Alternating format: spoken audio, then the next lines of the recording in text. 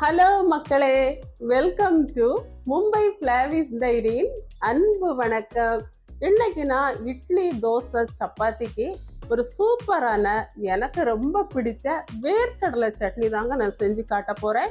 நான் என்னோட ஸ்டைல்ல எப்படி செய்யறேன் அப்படின்னு பாருங்க. அதே மாதிரி நீங்களும் செஞ்சு பாருங்க, அடிப்பொலியா இருக்கும். இந்த வீடியோ உங்களுக்கு பிடிச்சிருந்ததுன்னா லைக் பண்ணுங்க, ஷேர் பண்ணுங்க, சப்ஸ்கிரைப் பண்ணுங்க. இப்போ நம்ம ஹெல்த்தியான வேர்க்கடலை சட்னி எப்படி அரைக்கிறதுன்னு பார்த்துடலாம். நான் வேர்க்கடலை பாருங்கள் 250 கிராம் எடுத்துருக்கிறேன், 1 கப்பு. இப்போ இந்த வேர்க்கடலையை நல்லா பொன்னிறமாக நம்ம வந்துட்டு வறுத்துடலாம். வறுத்து எடுத்துகிட்டு இந்த பாருங்கள், இந்த மாதிரி நம்ம ஒரு வேர்க்கடலை எடுத்துகிட்டு இப்படி ப்ரெஸ் பண்ணி பார்த்தோன்னா தோல் வரணும். இப்போ இந்த அளவுக்கு வறுத்தாலே போதும். 2 வெடிச்சிருச்சு. இப்போ நம்ம ஆற வச்சு இந்த தோலெல்லாம் எடுத்து வச்சிடலாம். தோலோடு அரைச்சோன்னா ரொம்ப கசப்பாக இருக்கும் சட்னி, அதனால் தோல் எடுத்துகிட்டு அரைக்கிறது நல்லது.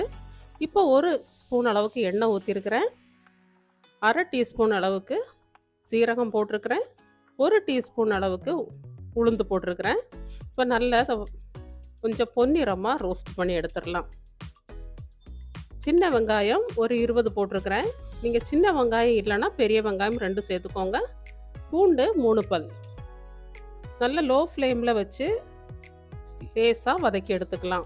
இப்போ வத்தல் வந்துட்டு காஞ்ச வத்தல் நான் 6 எடுத்துருக்கிறேன். நீங்கள் வந்துட்டு இன்னும் நல்லா காரமாக சாப்பிட்றவங்களா இருந்தால் இன்னும் 2 வத்தல் எக்ஸ்ட்ரா சேர்த்துக்கோங்க. கருவேப்பிலை ஒரு கைப்பிடி அளவு போட்டு நல்லா வதக்கிக்கலாம். ரொம்ப பொன்னிறமாக ஆகணும்னு அவசியம் இல்லை. காயத்தூள் 1/4 டீஸ்பூன்.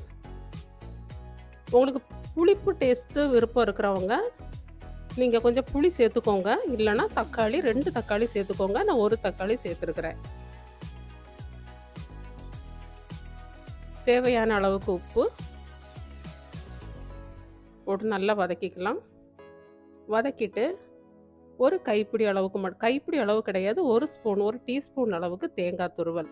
தேங்காய் துருவல் கொஞ்சமாக போட்டால் டேஸ்ட் நல்லா இருக்கும். விருப்பம் இருக்கிறவங்க போட்டுக்கோங்க, இல்லாதவங்க போட வேண்டாம்.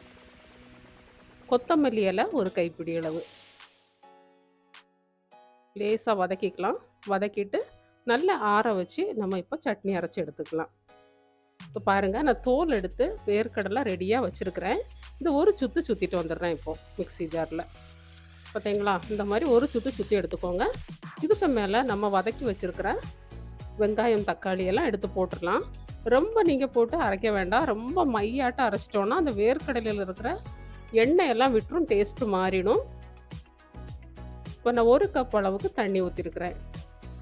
மறுபடியும் நமக்கு தண்ணி தேவைப்பட்டால் நம்ம சேர்த்துக்கலாம். இங்கே பாருங்கள், இந்த மாதிரி நான் அரைச்சிட்டேன். ரொம்ப மையாகவும் அரைக்க வேண்டாம். நம்ம சட்னி வந்துட்டு கொஞ்சம் கொரகொரப்பாக இருக்கிற மாதிரியே நான் அரைச்சி எடுத்துருக்கிறேன். அப்போ தான் சாப்பிட நல்லாயிருக்கும். நான் அந்த மிக்ஸி கழுகி மறுபடியும் 1 கப் தண்ணி ஊற்றி இதில் கலந்துருக்கிறேன். நான் இப்போ இந்த ஸ்ட்ரெச்சரில் எடுத்துருக்கிறேன் பாருங்கள். இந்த அளவுக்கு திக்காக எடுத்துருக்கிறேன். உங்களுக்கு இன்னும் தண்ணியாக வேணும்னா இன்னும் கொஞ்சம் தண்ணி சேர்த்துக்கோங்க.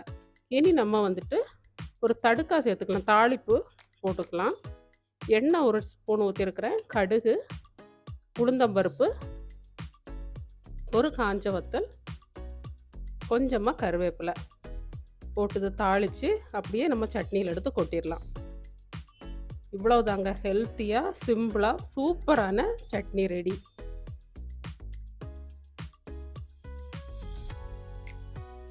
நீங்கள் இது லஞ்சுக்கு எடுத்துகிட்டு போகிறதா இருந்தால் கொஞ்சம் புளி சேர்த்து அரைச்சிக்கோங்க. இப்போ பார்த்தீங்களா, நான் கல் தோசை சுட்டு வச்சுருக்கிறேன். கொஞ்சமாக சட்னி போட்டு நம்ம டேஸ்ட் பண்ணிடலாம். ஆஹா, நல்ல டேஸ்டான ஹெல்த்தியான சட்னி. எல்லோரும் காட்டுங்க, டேஸ்ட் பண்ணுங்க.